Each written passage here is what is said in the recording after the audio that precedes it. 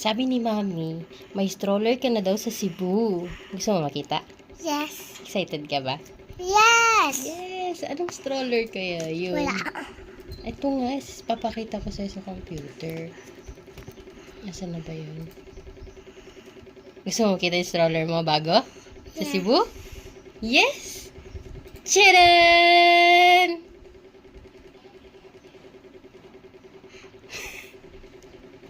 Okay lang yan? Stroller mo? Hindi yan stroller yan eh. Ano ba yan? Pang fixer. Pag-fix. Stroller mo yan pagpunta natin ng Cebu. Okay lang ba sa'yo? Yan, sasakay ka dyan? Okay lang. Okay. Ganyan na lang sakay mo sa Cebu, ha? Okay?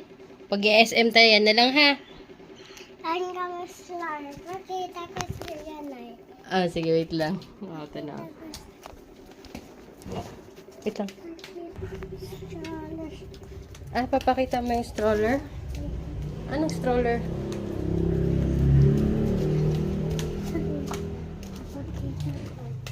Ha? Ano? Wala, Anton.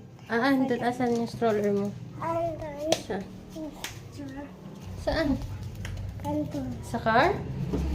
Wala. Nasa blue yun. Yung ano, yung wagon? Yeah. Nasa blue car yun eh. Ayan na lang sa Cebu. Okay na yun. Okay lang ba? Ha? Oh, huwag na lumabas dito na. Okay lang. Yan na lang gamitin mo sa Cebu. Yung cart na yan. Ha? Okay lang? Hindi, yung wagon. Wagon gusto mo? Yes. Eh, yun lang na meron sila mami sa Cebu eh. Hindi pwede dalhin yung wagon. Okay lang? Tatalisin yung wagon. Dadalhin. Tatalisin pa. Dadalhin pa? Hindi nga, bawal sa airplane. Okay na yun ha. Pang SM mo na lang yan na kay mami.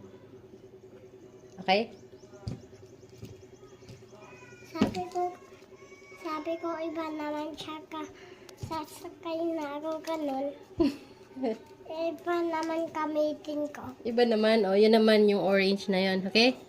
Tapos na yun. Hmm. Tapos na yun yung ganun. Opo. Tapos na yun tsaka wagon naman. Hindi nga. Pwede dalhin yung wagon sa Cebu. Yun nga gagamitin mo yung orange. Okay? Okay?